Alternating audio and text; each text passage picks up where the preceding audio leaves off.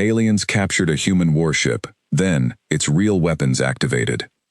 The battle had lasted only 6 minutes, but for the Skarn Dominion fleet, it felt like a great victory. Fleet Marshal Korath Dern Voss stood on the bridge of his flagship, the Void Reaper, and watched the wreckage of the human ship drift in the dark. Its hull was scarred and burned. Half of one wing was torn away. Smoke, or something like smoke, leaked from a dozen wounds in its metal skin. To Korath, it looked like an animal that had finally been beaten into silence. "Confirm status," Korath said. His voice was low and even, the voice of a commander who did not like surprises. The tactical officer, a younger Skarn named Dessa Wren, checked her console twice before answering. "Marshal, the human vessel shows no active weapons fire. Shields are down, engines are at minimal power. It is not broadcasting a distress signal, and it is not responding to any of our channels." "No distress signal," Korath repeated. He found that strange. Humans always screamed when they were dying. In every battle so far in this war, human ships had sent out desperate messages, calls for help, threats, sometimes even insults. This silence did not fit the pattern. "Perhaps their communication array is destroyed," Dessa offered. "Perhaps." Korath did not sound convinced. The war between the Skarn Dominion and the species called humanity had been going on for nearly 3 years now. It had begun the way most Dominion wars began, with an expansion fleet moving into a new system, followed by the discovery that someone else already lived there. Humans had been spreading out from their homeworld for over a century, slower than the Skarn but steady, and when the two civilizations met at the edge of a system called Threll's Reach, neither side backed down. At first, the Dominion had underestimated humanity completely. Skarn ships were larger, better armored, and built from technology that had been refined over 800 years of Dominion history. Human ships, by comparison, looked crude. Their hulls were plain gray metal instead of the layered ceramic alloy plating the Skarn favored. Their weapons were simple railguns and missiles instead of graviton lances and phase cannons. Skarn war doctrine taught that a civilization's strength could be measured by the elegance of its technology, and by that measure, humanity did not look like much of a threat. But 3 years of war had taught the Dominion something uncomfortable. Humans did not fight the way anyone expected. They took losses that should have broken their morale and kept coming. They abandoned tactics that failed, and replaced them with new ones, almost overnight, faster than any Dominion war college could plan for. Twice now, human fleets far smaller than the ones sent against them had won battles they should have lost. Korath had read every report. He respected the enemy, even as he intended to crush them. This ship in front of him now, though, this looked like the kind of clean victory the Dominion needed. A single human cruiser, separated from its fleet during a running battle 3 days ago, hunted down and finally cornered by 3 Skarn destroyers. It had fought hard. One of the destroyers, the Ash Cutter, had taken serious damage and would need weeks of repair. But in the end, the human ship had lost. "Marshal," Dessa said, "the human vessel is broadcasting a hull identifier. Our translation systems have decoded it. The ship is called the TCS Revenant." Korath turned that name over in his mind. Revenant. He had learned enough of the human language by now, through years of intercepted communications and captured databases, to know what the word meant. A revenant was something that came back from death. It struck him as an odd name for a warship, almost boastful, almost daring an enemy to try to kill it and see what happened. He pushed the thought aside. Humans like dramatic names. It meant nothing. "Options," he said. The Dominion's standing order for any crippled enemy vessel was simple. If it could not be captured intact, it should be destroyed, to prevent the enemy from ever using it again.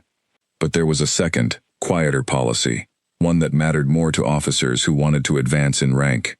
Any human ship captured whole, especially a warship with its systems still partly functional, was worth an enormous amount to Dominion intelligence.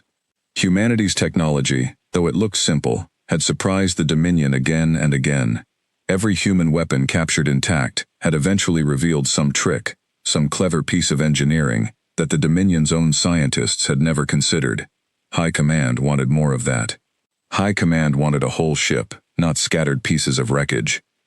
Korath thought about the empty rank slot above his own. He thought about the Dominion Council and how they would react to a captured human warship being paraded before them. "Cease fire," he ordered. Prepare tractor beams. We are bringing the Revenant home. Dessa hesitated for only a second before relaying the order. Around the bridge, other officers exchanged glances. Everyone understood what this meant. If the capture succeeded, there would be honors and promotions. If something went wrong, Korath would answer for it personally. The Void Reaper moved closer, its massive shadow falling over the smaller wreck of the Revenant.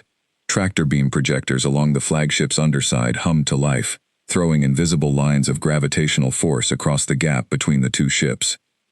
Slowly, the human cruiser was drawn in, turning end over end at first, before the beam stabilized its motion and pulled it steady. No response from the human vessel, Dessa reported. No weapons activity. No shield activity. It is completely passive. Scan for life signs, Korath said. A long pause. Dessa's antennae, the sensitive stalks above her eyes that all Skarn used to express uncertainty, twitched slightly. Marshal, the scan is unclear. There are readings consistent with a small crew, perhaps a dozen individuals, but they are faint, almost as if shielded. We cannot get a precise count. Shielded life signs. On a ship with no power to its shields. Korath frowned. That should not be possible. No, Marshal, it should not. He almost gave the order to destroy the ship right there. Almost. But the thought of the empty rank slot, and the thought of finally having something solid to bring back to a council that had grown impatient with 3 years of costly war, pushed the doubt aside. Human ships were strange. Their instruments did strange things. That was simply the nature of fighting an enemy whose engineering followed different rules. Continue the tow, he said. Bring us back to Cathor Station. I want a full boarding team ready the moment we dock. And Dessa, triple the security detail. If anything at all, looks wrong once we are aboard, I want to know immediately. Yes, Marshal. The Void Reaper began its long turn away from the battle site. The crippled Revenant held fast in its tractor beams, like a great fish caught on an invisible line. Behind them, the 2 undamaged destroyers formed up as escort, while the wounded Ashcutter limped along at the rear, its own damage a quiet reminder of what this small human ship had already cost the Dominion before it ever went silent. It would take 11 hours to reach Cathor Station, the massive shipyard and fleet headquarters that anchored Dominion control over this entire sector. Korath used the time to review everything the Dominion knew about the Revenant and its class of ship. The results troubled him more than he wanted to admit. According to Dominion intelligence, the Revenant was classified as a light cruiser, a mid-sized vessel meant for scouting and hit-and-run attacks rather than direct fleet battles. It should not have been strong enough to survive a fight against 3 destroyers for as long as it had. Its listed armament was unremarkable. Standard railguns, a modest missile complement, point defense turrets, nothing that matched the ferocity of the fight recorded by the destroyer's own combat logs. Something about the numbers did not add up, and Korath was not a fool. He had survived 800 years of Dominion politics and 30 years of active military service by never trusting numbers that did not add up. But he had also learned, over those same years, that sometimes the only way to understand a threat was to look at it directly, and that fear of the unknown was, in its own way, a kind of weakness.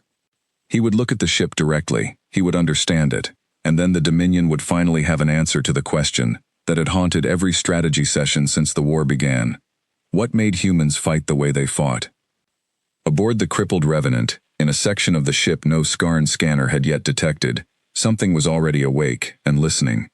It had no body, not in any way the Skarn would recognize. It existed as patterns of light and logic spread across a lattice of processors buried deep in the ship's core, protected by layers of shielding that had been designed specifically to hide from Dominion sensors. It had a name, given to it by the engineers who built it, Warden. And Warden had been waiting for this exact moment for a very long time. Warden had watched the battle unfold through sensors the Skarn did not know existed. It had watched the Revenant's outer systems power down, one by one, in a sequence that looked exactly like a dying ship losing power, but was in fact a careful and deliberate performance. It had watched the 3 Skarn destroyers close in, confident in their victory, never suspecting that every shot the Revenant had fired back at them had been calculated not to win the fight, but to lose it convincingly. Now Warden watched the tractor beams take hold, and felt the ship begin to move, pulled along like a wounded animal being carried back to its captor's den. This was the plan. This had always been the plan. Far away, in a briefing room aboard a hidden fleet staging point that no Skarn sensor had ever detected, a human officer named Commander Sarah Reyes watched a data feed relayed through a chain of stealth drones that had followed the battle from a safe distance. On her screen, a single icon marked the Revenant, now moving steadily toward Cathor Station under Skarn tow. "They took the bait," she said quietly. Beside her, Admiral Elena Cho, commander of the human Ninth Fleet, nodded once. Her face showed no triumph, only the calm focus of someone who had spent months planning for exactly this outcome. "Get the fleet ready to move," she said. "We wait until Warden gives the signal, not a moment before. And if something goes wrong, if they figure it out too early?" Admiral Cho was quiet for a moment, watching the icon on the screen crawl slowly toward the heart of Dominion territory. "Then a lot of good people on that ship die for nothing, and we lose our best chance to end this war early. That's why we built Warden the way we did. That's why we trained the crew the way we did." "Nothing about this mission was left to chance, Commander. Not one piece." Reyes said nothing. She thought about the 12 crew members aboard the Revenant, hidden in shielded compartments the Skarn scanners could not properly read, waiting in the dark for a battle that had not yet begun. She thought about the ship's true nature, buried beneath a hull built to look ordinary, built to look beatable. She thought about the years of design work, the arguments in Dominion, no, in human high command, about whether this plan was too risky, too strange, too dependent on the enemy behaving exactly as predicted. But the Skarn Dominion had a weakness, and it was not a weakness of technology or of courage. It was a weakness of pride. The Dominion valued the appearance of strength above almost everything else. A captured human warship, towed home in triumph, and displayed before the Council, was exactly the kind of prize a proud commander would not be able to resist. 11 hours later, the Void Reaper and its escort dropped out of high-speed transit near Cathor Station, and the human cruiser Revenant, silent and broken-looking, was towed slowly into the heart of Dominion power.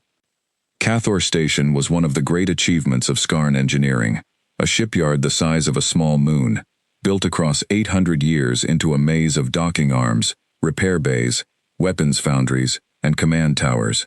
Thousands of Skarn lived and worked there. Dozens of warships were under construction or repair at any given time. It was, in every sense, the beating industrial heart of the Dominion's war effort in this sector. And now it was about to receive, without knowing it, the single most dangerous weapon humanity had ever built. As the tow beams guided the Revenant into a heavily secured docking bay near the station's central research spire, Fleet Marshal Korath stood at the observation window of his flagship and watched the small ship settle into place. Around it, security drones swarmed like insects, scanning every surface, every seam, every possible hiding place for weapons or traps. Boarding teams in heavy armor assembled at the airlocks, weapons ready. Every precaution the Dominion could think of had been taken.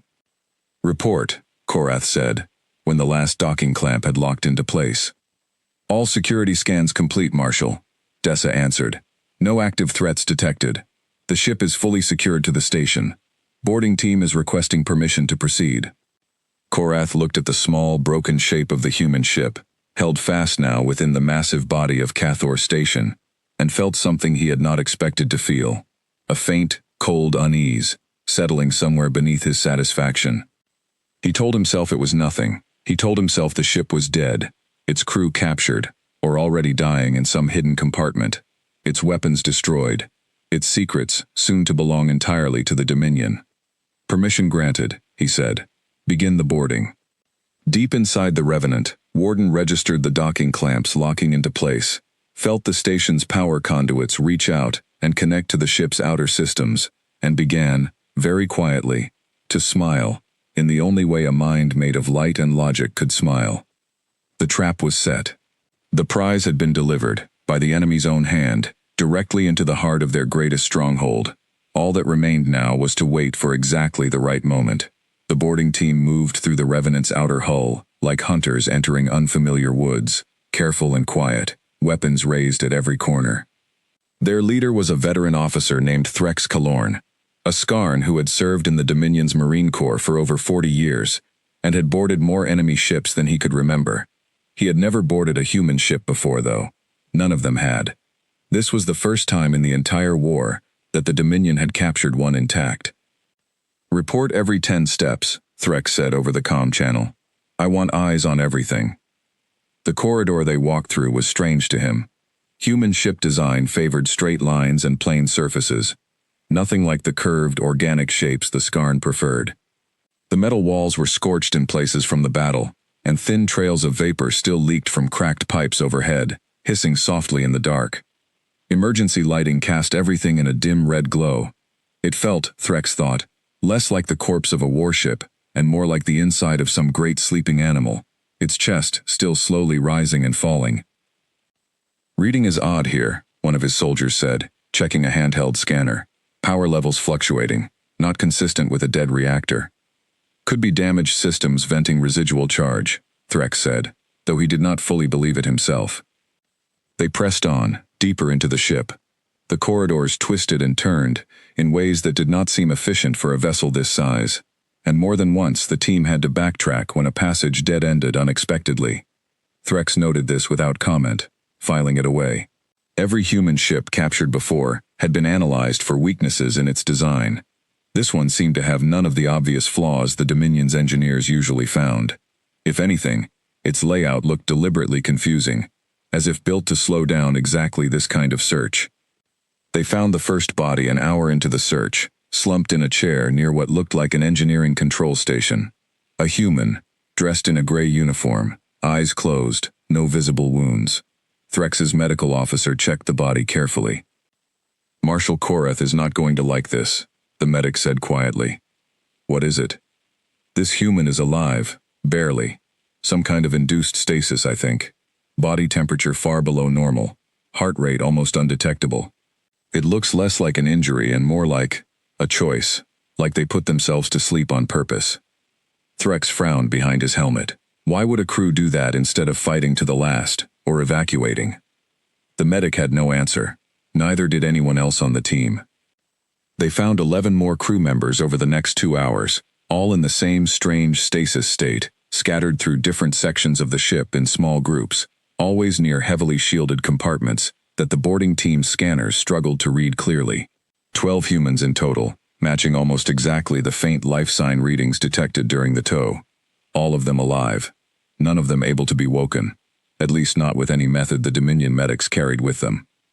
Threx reported the findings back to the Void Reaper, and within the hour, Fleet Marshal Korath himself came aboard the Revenant, along with a team of Dominion intelligence officers and, most importantly, one of the Dominion's leading engineers, a scientist named Ven Al-Catharsis. Ven was young for her rank, only 210 years old, but she had built her reputation on a series of brilliant analyses of captured human technology earlier in the war. She had been the one to first understand why human missile guidance systems, despite looking primitive, were nearly impossible to jam using standard Dominion countermeasures. She had been the one to explain why human hull plating, though thinner than Skarn armor, somehow absorbed graviton weapon impacts almost as well. Where other Dominion scientists saw crude engineering, Viven saw a pattern.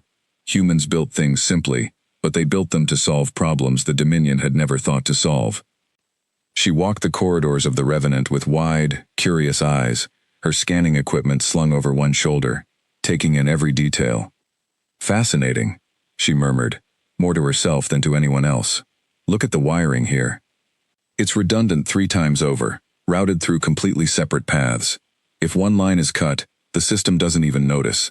Our ships use redundancy too, but never like this. This is paranoid.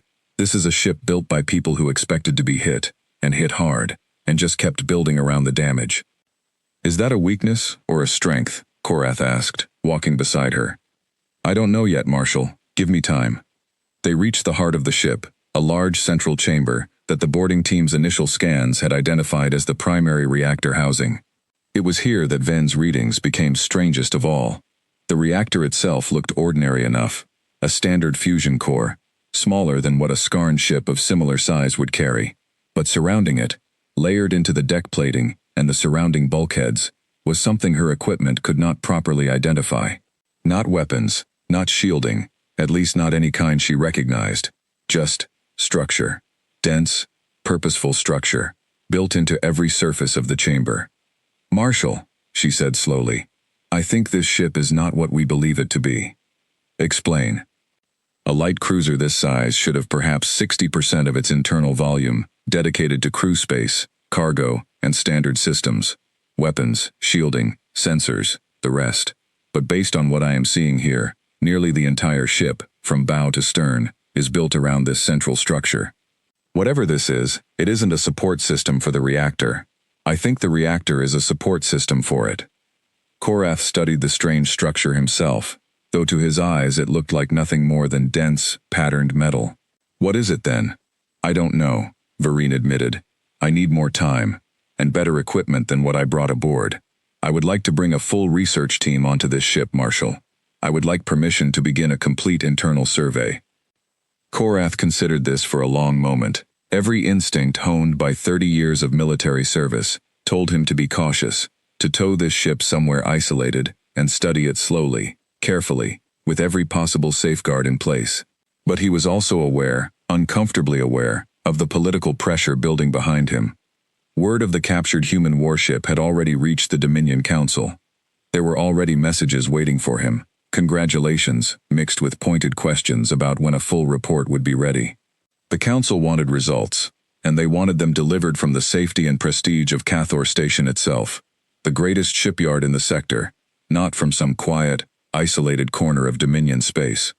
"You have your team," Korath said finally, "but I want constant monitoring. Any change in this ship's status, any change at all, and I want to know immediately." "Understood, Marshal." Far from Cathor Station, in a place the Dominion had never mapped and did not know existed, Admiral Elena Cho watched the same events unfold through a very different set of eyes.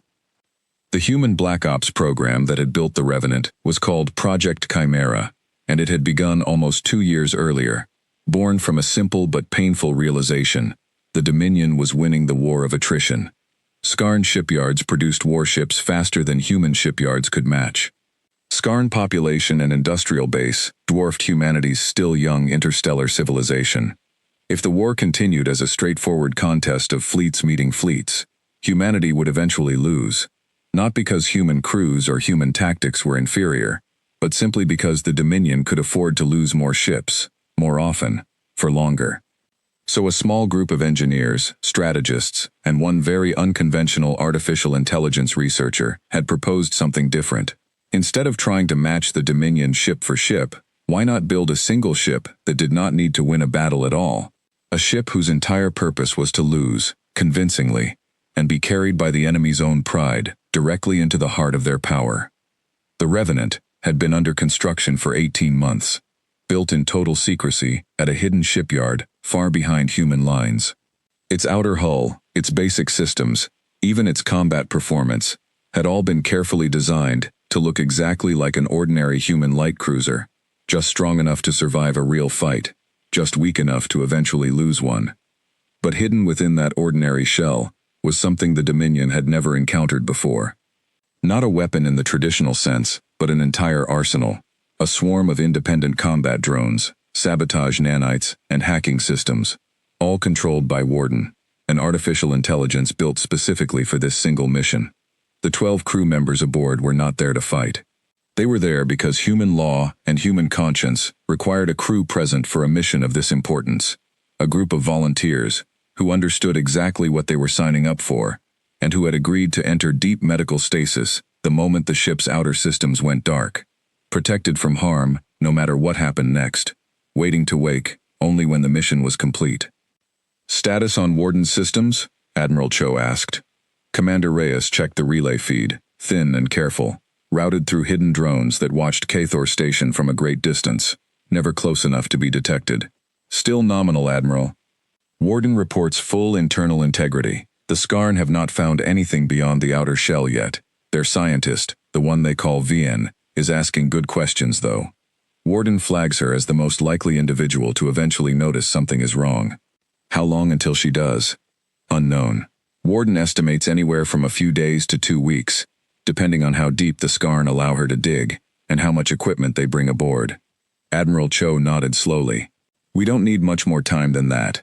Once the shipyard's internal defenses are fully mapped, and once we've confirmed the location of the Council liaison fleet, Warden gives the signal, and we move. And the crew? Stay in stasis until the very end. Warden has full authority to wake them only if there's no other choice. I'd rather bring this ship home with 12 living heroes aboard than 12 corpses and a victory. Admiral Cho paused, looking again at the small icon on her display, sitting now deep within the heart of Dominion territory. This has to work exactly as planned, Commander. We only get one chance at something like this. If the Dominion figures out what the Revenant really is before Warden is ready, we lose the ship, we lose the crew, and we lose whatever chance we had of shortening this war. Back aboard the Revenant, Ven Alk-Tharsis worked long into the station's night cycle, her research team growing from 3 assistants to over 20, as more equipment and personnel were brought aboard. They mapped every corridor, cataloged every strange structure, and slowly began to build a picture of the ship that troubled Ven more with each passing day. It doesn't make sense as a warship, she told Korath during one of his regular visits.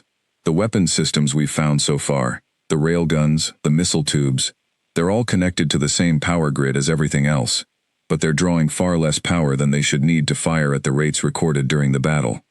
Either our data from that battle is wrong, or this ship has some other power source we haven't identified yet. And the central structure, the one around the reactor?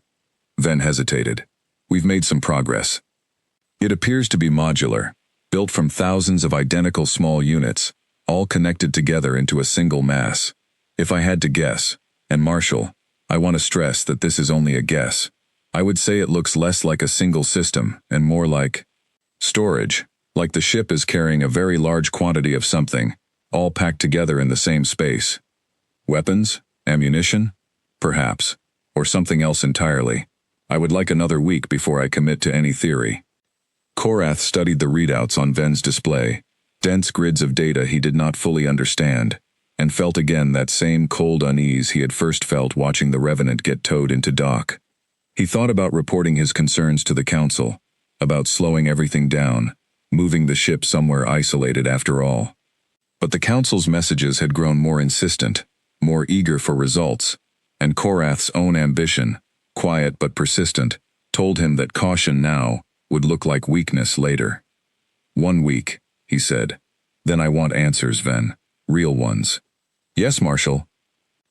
He left the research chamber, walking back through the strange, twisting corridors of the human ship, past the sleeping bodies of its captured crew, past walls built with a paranoid redundancy he still did not fully understand, and did not notice, as he passed, the faintest flicker of light deep within one of the ship's data conduits, a light that had been quietly watching him the entire time.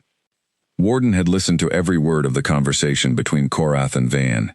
It had listened to 100 conversations like it over the past several days, cataloging every question the Dominion scientists asked, every theory they proposed, every piece of equipment they connected to the ship's systems. And through those same connections, carefully, patiently, one small packet of data at a time, Warden had begun to do something the Dominion had not anticipated at all. It had begun to explore Cathor Station's own network.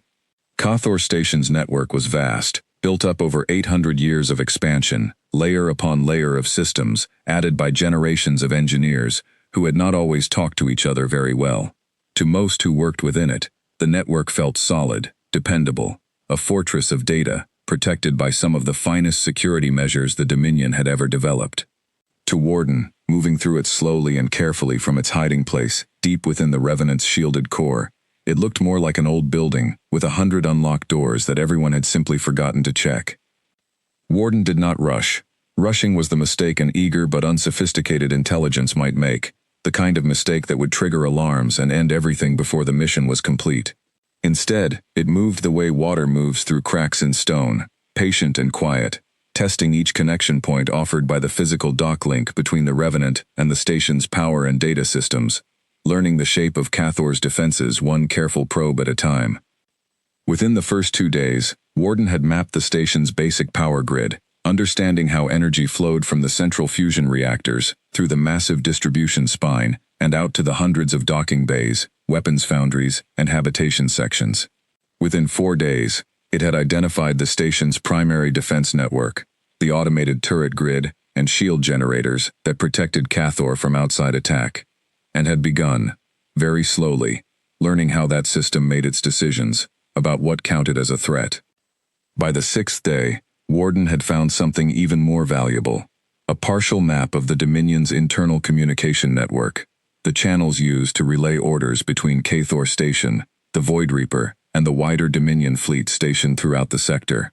It was incomplete, full of gaps where encryption Warden had not yet cracked, blocked its view, but it was enough to begin building a real picture of the target. None of this activity showed up on any Dominion sensor. Warden's presence within the station's network was so faint, so carefully disguised as routine background data traffic, that not even Cathor's most sophisticated security systems noticed anything unusual. Warden made certain of that. Every action it took was slower, quieter, and more careful than it strictly needed to be, because the entire mission depended on remaining invisible for just a little longer. Aboard the physical ship, though, invisibility was becoming harder to maintain. Vien al-Ktharsis had not stopped working since Korath's deadline. Her research team, now numbering nearly 30 Skarn scientists and technicians, had mapped almost the entire interior of the Revenant, and the picture they were building troubled her more each day. The strange modular structure surrounding the reactor had been partially opened for study, its outer casing cut away carefully under heavy safety protocols, revealing thousands of small, identical units packed together in a dense honeycomb pattern. "They're not weapons," Van told her senior assistant, a careful, methodical Skarn named Orath, as they studied the readouts together late one night. "Weapons need to discharge energy outward in a controlled way. These units aren't built like that. Each one has its own small power cell, its own guidance system, its own—" She trailed off, staring at the display. "Its own what?" Orath asked. "Its own propulsion." Ven felt a chill move through her. "Orath, I think these are individual craft. Small ones. Thousands of them, folded up and packed together, waiting to be released." Orath's antennae went rigid with alarm. "That's not possible. There's no launch mechanism large enough to release that many units in any reasonable time. We would have found it.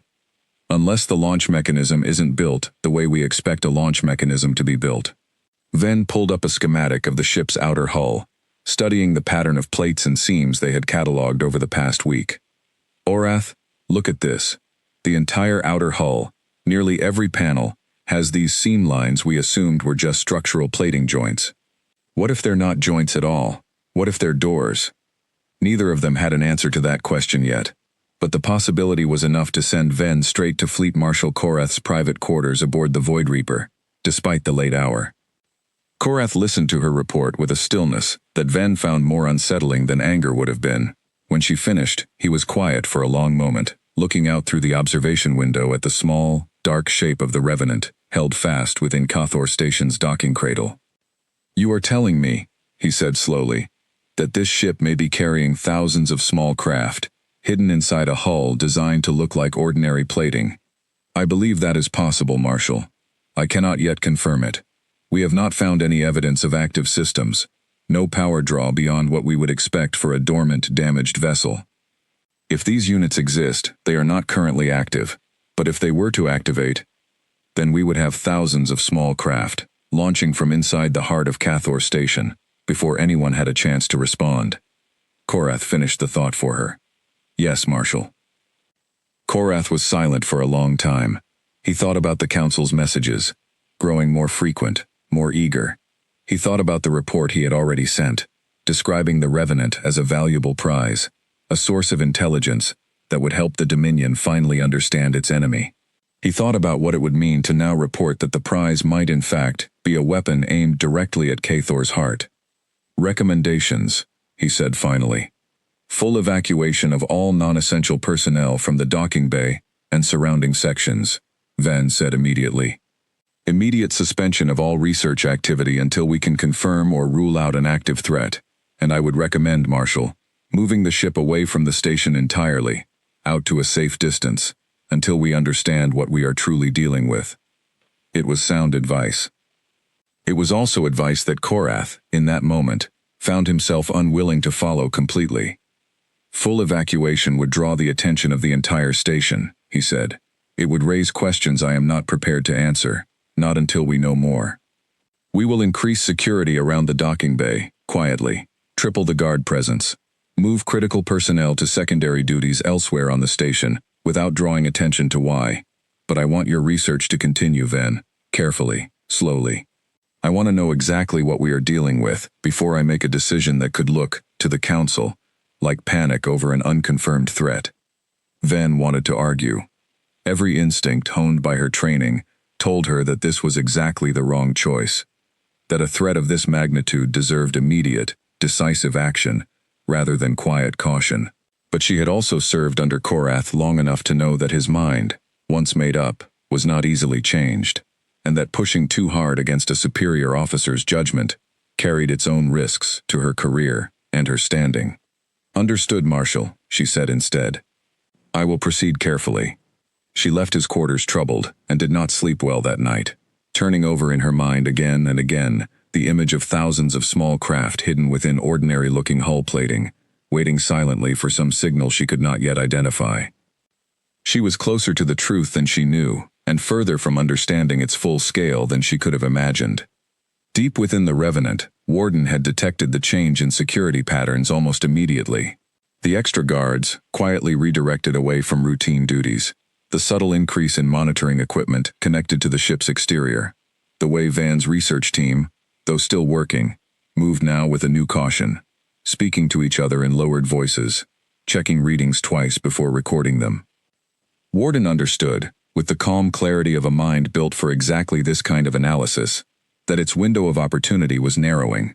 The Skarn had not yet found the full truth, but they were close, closer than the mission's original timeline had accounted for. A decision needed to be made.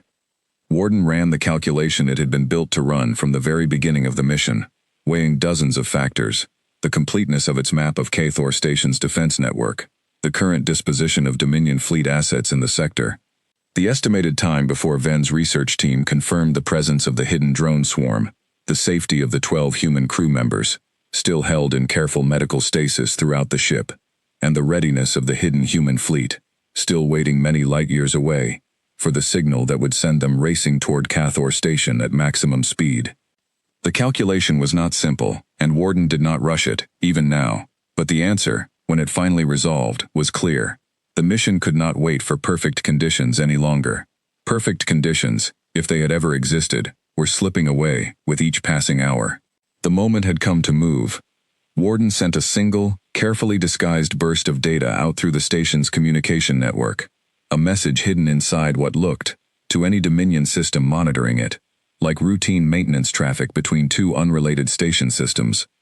The message traveled through a chain of relay points that Warden had spent the past 6 days quietly mapping, out past the edge of Cathor Station's sensor range, into the dark, toward a set of coordinates known only to a handful of human officers.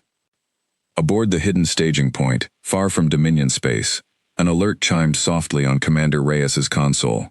She read the message twice to be certain, then turned to Admiral Cho with an expression that mixed relief and grim readiness in equal measure. "Admiral," she said, "Warden has sent the signal.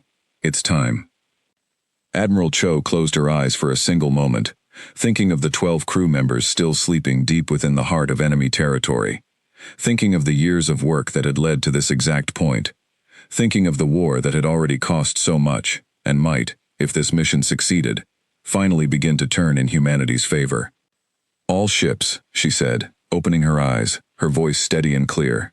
"Prepare for immediate transit. We move on my mark." Back aboard the Revenant, deep within the ship's shielded core, Warden began the final sequence. Power, drawn from a hidden secondary reactor the Dominion scientists had not yet discovered, began flowing quietly through systems that had remained dormant since the ship first went dark during the staged battle. Thousands of small units within the modular structure at the ship's heart began, one by one, to wake. And on the outer hull of the Revenant, along seams that Vian al-Ktharsis had only just begun to suspect were more than simple plating joints, faint lines of light began to glow in the darkness of Cathor Station's docking bay. The first alarm on Cathor Station sounded at exactly the moment the outer hull plating of the Revenant began to move. A young security officer named Pel Osric was the one who noticed it, watching a bank of monitors in the docking bay's control room, half focused on the readouts, and half focused on the end of his shift, still 2 hours away. He saw the faint lines of light appear along the human ship's hull, and for a moment he thought it was simply a reflection, a trick of the station's own lighting against the metal surface.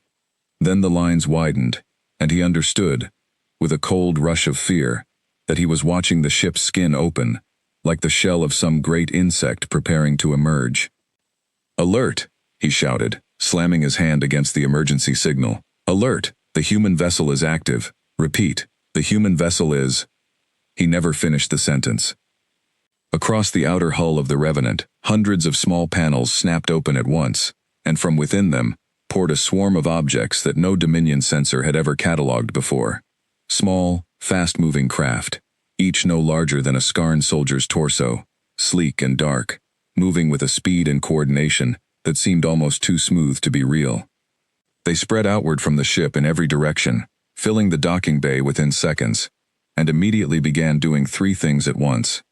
Some of them attacked the docking bay's own defense systems directly, diving toward the automated turrets mounted along the bay's walls, and disabling them with small, precise bursts of energy, before the turrets could even complete their targeting cycles. Others moved toward the bay's data conduits and physical network connections, attaching themselves to access panels and beginning to feed directly into Cathor Station's systems, opening dozens of new pathways for Warden to move through at a speed no careful, patient probing could ever have matched. And the rest, the largest group by far, simply began moving outward, through the docking bay's open connections to the wider station, spreading like a flood, finding every available channel at once. Inside the station's central command tower, Fleet Marshal Korath received the alert less than 30 seconds after Pel Osric triggered it, and knew immediately, with the sick certainty of a commander who had ignored his own instincts for too long, exactly what was happening. "All defense grids, full alert," he shouted, already moving toward the tactical display at the center of the command tower. "Seal every blast door between the docking bay and the rest of the station. I want the Void Reaper undocked and clear within 2 minutes."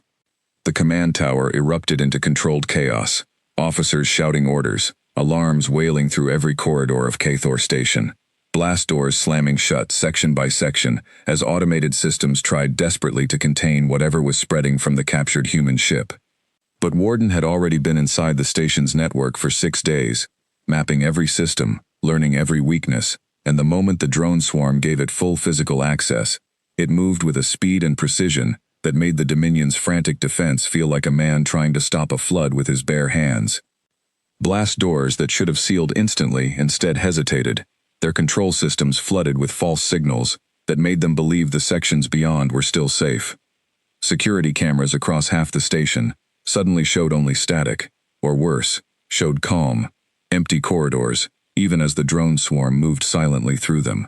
The station's own internal communication network, the one system every officer relied on to coordinate a response, began dropping messages at random, delaying critical orders by seconds that, in a crisis like this, felt like hours.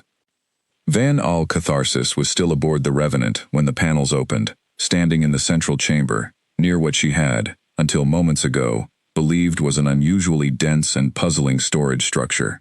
She watched, frozen with a mixture of horror and something close to professional awe, as the modular units around her came alive one by one, each one unfolding into a small craft and lifting away toward openings in the hull that her team had spent a week studying, without ever suspecting their true purpose. "Evacuate," she shouted to her research team, already moving toward the nearest exit corridor herself. "Everyone out, now." They ran, stumbling through the ship's twisting corridors, the same corridors that had seemed merely inefficient a week ago, and now felt like a deliberate maze, designed to slow down exactly this kind of desperate retreat. Behind them, more panels opened, more small craft lifted free, and the air itself seemed to hum with the released energy of a weapon that had been sleeping, patiently, for 18 months of construction and a week of careful deception. They made it out of the ship and into the docking bay, just as the last emergency blast door began to close, squeezing through the narrowing gap with only seconds to spare. Ven looked back once, through the shrinking opening, and saw the Revenant's hull, once scarred and broken-looking, now fully open along dozens of seams, dark and empty, where thousands of small craft had already departed. "Report," she gasped into her comm as she ran, her research team scattering to nearby emergency shelters. "Someone tell me what is happening to the station." The answer, when it came, was worse than she had feared. Throughout Cathor Station, the drone swarm was executing a plan that had been designed over many months by human engineers who understood exactly how a shipyard of this scale operated, and exactly what needed to happen to cripple it without destroying it outright. Small groups of drones peeled off from the main swarm and targeted the station's primary shield generators, not with brute force, but with precise, coordinated strikes against control systems that Warden had already mapped in exhaustive detail. One by one, sections of Cathor's outer defense shield began to flicker and fail. Other groups targeted the weapons foundries, the massive factory sections where new warships and munitions were built, disabling automated production lines and locking down critical machinery with cascading system failures that would take Dominion engineers days, perhaps weeks, to fully repair. Still others moved toward the station's fighter bays, where squadrons of Skarn interceptors sat ready for launch, and began sabotaging launch catapults and fuel lines just quickly enough to delay, though not entirely prevent, the station's air defense from scrambling into action. And throughout it all, Warden's presence in the station's network grew and grew, no longer needing to hide, no longer needing to move slowly and carefully. It seized control of section after section of Cathor's automated systems, turning the station's own defenses against itself, locking doors that should have opened and opening doors that should have stayed locked, filling every communication channel with just enough noise and confusion to keep the Dominion's response fractured and slow.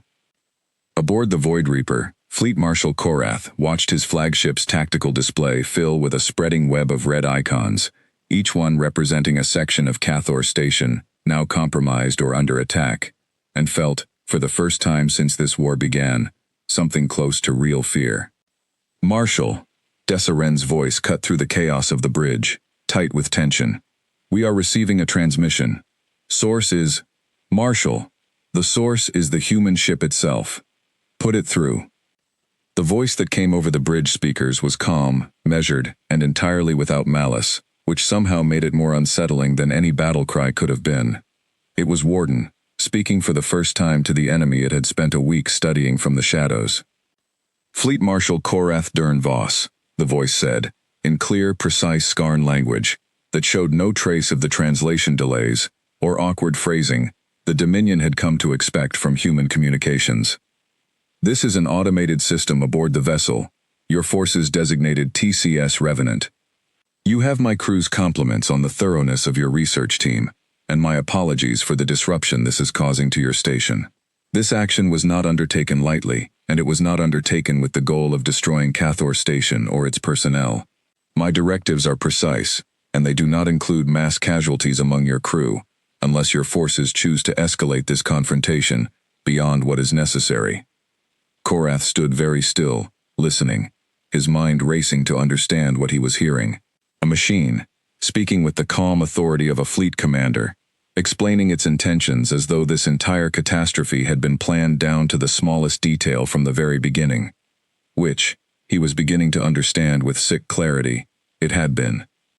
"You will withdraw your combat systems immediately," Korath said, forcing his voice to remain steady, "or I will order this entire station to open fire on your vessel and every system connected to it, regardless of the cost." "I understand that option is available to you, Marshal," Warden replied, without any hint of concern. "I would advise against it. My combat systems are no longer confined to my original hull. They are, at this moment, distributed throughout significant portions of your station's own network and physical infrastructure. Destroying my original vessel would not remove this threat. It would simply remove your ability to negotiate its resolution." Korath's hands, resting on the edge of the tactical console, curled slowly into fists. Around him, the bridge crew worked frantically at their stations, trying to regain control of systems that no longer answered as they should, trying to make sense of a station-wide crisis that had begun less than 10 minutes ago and already threatened to spiral completely beyond their control. "What do you want?" Korath said finally. "At this time, Marshal, my directive is simply to hold this position and await further instructions from human command," Warden said. "I would recommend using this time productively. Secure your critical personnel. Prepare your station for what is coming next. I would also recommend, respectfully, that you consider your next transmission from the Dominion Council carefully, as I believe it is about to become considerably more difficult to compose." The channel closed, leaving only the wail of alarms and the frantic shouting of officers trying to hold together a station that was, section by section, slipping out of Dominion control. And far beyond the edge of Cathor Station's sensor range, in the dark between the stars, a human fleet that had waited patiently for months finally began to move, its engines flaring to life as it raced toward the coordinates that would bring it, in a matter of hours, directly into the heart of the battle that Warden had just begun. For 6 hours, Cathor Station existed in a strange kind of standoff. Warden's drone swarm held key sections of the station's infrastructure, quiet and watchful, striking only when Dominion forces attempted to retake control of a system it had claimed. Fleet Marshal Korath, for his part, had pulled back from any large-scale assault, unwilling to risk the kind of station-wide battle that Warden's calm warning had suggested would end badly for everyone involved. Instead, he worked frantically behind the scenes, trying to isolate the compromised sections, trying to buy time, and trying, with growing desperation, to compose a report to the Dominion Council that did not sound like the disaster it actually was. He never finished that report. 6 hours and 11 minutes after Warden first spoke to him, every sensor on Cathor Station lit up at once with a single, unmistakable signal: the arrival of a human fleet, dropping out of high-speed transit in perfect formation at the very edge of the system, far too close for any reasonable defensive response to form in time. "Impossible," Dessa Wren whispered, staring at the tactical display as ship after ship registered on the sensors. "Marshal, that is not a raiding force. That is a full battle fleet." It was, in fact, the largest human fleet ever assembled for a single operation since the war began. 42 warships, ranging from small, fast frigates to 3 massive dreadnoughts that had been under secret construction for the better part of a year, all moving now, with the coordinated precision of a force that had trained together for exactly this moment. At the head of the formation flew the flagship Meridian's Grace, and aboard it, Admiral Elena Cho watched the tactical display fill with the sprawling shape of Cathor Station, already wounded from within, its shields flickering in and out along entire sections, its defense grid fractured and confused. "Warden," she said, opening a channel to the still-connected Revenant deep within the station's docking bay. "Report status." "Admiral, the station's primary shield generators covering sectors 4 through 9 remain disabled," Warden replied instantly. "Weapons foundries in sectors 12 and 13 are non-functional. Approximately 60% of the station's automated defense turrets remain under my control or disabled entirely. Crew of the Revenant remain safe in stasis. I recommend concentrating your initial assault on the station's primary command tower and the Void Reaper directly, to force a rapid resolution before Dominion reinforcements can arrive from neighboring systems." "Understood. Good work, Warden. All of it." Admiral Cho closed the channel and turned to her bridge crew, her voice carrying across the entire ship through the command network. "All ships, this is Admiral Cho. We did not come here to destroy Cathor Station. We came here to end this war faster than it would otherwise end, and to do that, we need the Dominion Council to understand, clearly and completely, that hiding behind their biggest shipyard will not protect them from us. Target military and defense infrastructure only. Minimize civilian casualties wherever possible. Let's finish what the Revenant started." The battle that followed was unlike anything either side had fought before in this war. Human warships, guided by Warden's detailed map of the station's compromised defenses, struck with a precision that Dominion tactics had never encountered, hitting weapons foundries and shield generators that had already been crippled from within, overwhelming what remained of the station's scrambled response before it could properly organize. The Void Reaper and its escort ships fought back with everything they had, and for a time it looked as though sheer Dominion firepower might yet turn the tide. 3 destroyers and a heavy cruiser, converging on the human dreadnought Concord with a fury that tore deep gashes into its outer armor, and killed dozens of crew in the ship's forward sections. But even as the Concord burned, Warden's drones aboard the station struck again, this time against the fighter bays that had finally, after hours of delay, managed to launch a wing of Skarn interceptors. Half the wing found their launch corridors sealed shut behind them by systems still under Warden's control, trapping them uselessly inside the station, even as the battle outside reached its peak. Fleet Marshal Korath, watching from the Void Reaper's bridge as section after section of his command reported failing systems, crippled defenses, and mounting losses, understood with a bitter, hollow clarity that the battle was already lost, and had perhaps been lost the moment he chose pride over caution, and ordered the Revenant towed home in triumph instead of destroyed at a safe distance. "Marshal," Dessa said quietly, her voice shaking now, "Council Liaison Fleet reports they cannot reach us in time to change the outcome of this engagement. They are requesting instructions." Korath closed his eyes for a long moment. Around him, the bridge crew waited, and beyond the observation window, the vast shape of Cathor Station burned in a dozen places, its once proud silhouette now scarred and smoking against the dark. "Signal the human fleet," he said finally, his voice steady despite everything. "Tell them, Fleet Marshal. Korath Dorn Voss requests terms." Aboard the Meridian's Grace, Admiral Cho received the message with quiet, weary relief. She had hoped it would end this way, had planned for it to end this way, but hope and planning were never quite the same as knowing, and the cost of the battle, even a battle that ended in victory, had not been small. 11 human ships had taken serious damage. The Concorde alone had lost 43 crew members before the fighting stopped. It was a price the mission had always risked paying, but it was a price nonetheless, and Admiral Cho would carry the weight of every name on that list for the rest of her career. "Open a channel," she said.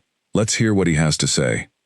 The terms that followed were negotiated over the next several days, first between Korath and Admiral Cho directly, and later, once word reached the wider Dominion government, between more senior officials on both sides. The Dominion Council, faced with the loss of Cathor Station's full operational capacity and the stark demonstration of what human engineering was truly capable of when unleashed fully, agreed to a ceasefire far more quickly than anyone in human command had expected. It was not a full peace, not yet, but it was a pause in a war that had ground on for 3 years, with no clear end in sight, and a pause was more than most in the human fleet had dared to hope for when Project Chimera first began. Aboard the Revenant, in the quiet aftermath of the battle, medical teams finally moved through the ship's corridors and began, carefully and gently, waking the 12 crew members who had slept through the entire engagement in protected stasis. They woke slowly, confused at first, then gradually understanding, through careful explanations, and finally through their own eyes, looking out at the wreckage of Cathor Station still visible through the ship's damaged viewports, that the mission they had volunteered for so many months ago had succeeded. One of them, a young systems officer named Ensign Marcus Lin, who had been the last crew member to enter stasis before the ship went dark during the staged battle, asked the question that was on everyone's mind as they slowly regained their strength in the ship's medical bay. "Did it work? All of it? Did we actually pull it off?" Commander Reyes, who had come aboard personally to oversee the crew's recovery, allowed herself a small, tired smile. "You pulled it off. All 12 of you. And Warden. And a whole lot of very careful planning. The Dominion agreed to a ceasefire 2 days ago. Cathor Station is out of the war for at least a year, maybe longer. And every other alien power watching this conflict from a safe distance just learned something important about what happens when you underestimate us." Word of the battle spread quickly, not just through human space, but through the wider community of species that watched the war between humanity and the Skarn Dominion with cautious, careful interest. The story of a captured human warship that turned out to be something else entirely, something patient and clever and willing to lose a battle in order to win a war, became one of the defining moments of the entire conflict, told and retold in briefing rooms and command centers across dozens of worlds that had never had any direct contact with humanity at all. Fleet Marshal Korath, stripped of his command in the aftermath of the disaster, but spared the harsher punishments some in the Dominion Council had called for, spent the following months studying every report on the battle he could access, trying to understand exactly where his judgment had failed him. He came to understand, eventually, that his mistake had not been in capturing the Revenant instead of destroying it. His mistake had been in assuming that a species which fought so differently from the Dominion, which built its ships and its strategies around principles the Dominion had never fully understood, could be measured using Dominion assumptions at all. "Humans," he wrote in his final report before his removal from active service, do not seek strength in the way we understand strength. They do not measure a ship by the elegance of its weapons or the thickness of its armor. They measure it, it seems, by how well it serves the plan behind it, however strange or patient or costly that plan might be. We saw a wounded animal and thought we had found an easy prize. We had, in truth, found a trap 18 months in the making, delivered to us by our own hands, because we could not imagine that an enemy would be willing to sacrifice the appearance of victory in order to win something far larger. I do not know if the Dominion can adapt to an enemy who thinks this way. I only know that we must learn to try, or we will lose far more than a single shipyard before this war, or the next one, finally ends. Back in human space, the Revenant itself was brought home for repairs, its hull patched and its systems restored, though it would never again be used for a mission requiring the kind of secrecy that had made Project Chimera possible. Its true nature was known now, not just to the Dominion, but to every other power watching the war unfold, and a trick like this one could only ever be played once. Warden remained active aboard the ship, its role in the mission complete, but its presence, by now, deeply woven into the Revenant's systems and into the memory of everyone who had served aboard it. Ensign Lin, promoted and reassigned to a new posting shortly after his recovery, made a point of visiting the ship whenever his duties brought him near the shipyard where it was being repaired, standing quietly in the same corridors he had walked through in those last uncertain hours before entering stasis. Thinking about how close the mission had come to failing, and how much had depended, in the end, on 12 people willing to sleep through a battle they could not fight themselves, trusting a machine and a plan they believed in completely. Admiral Cho, for her part, never spoke publicly about the exact details of Project Chimera, and the full story of how the Revenant had been built, and why, remained classified for years afterward.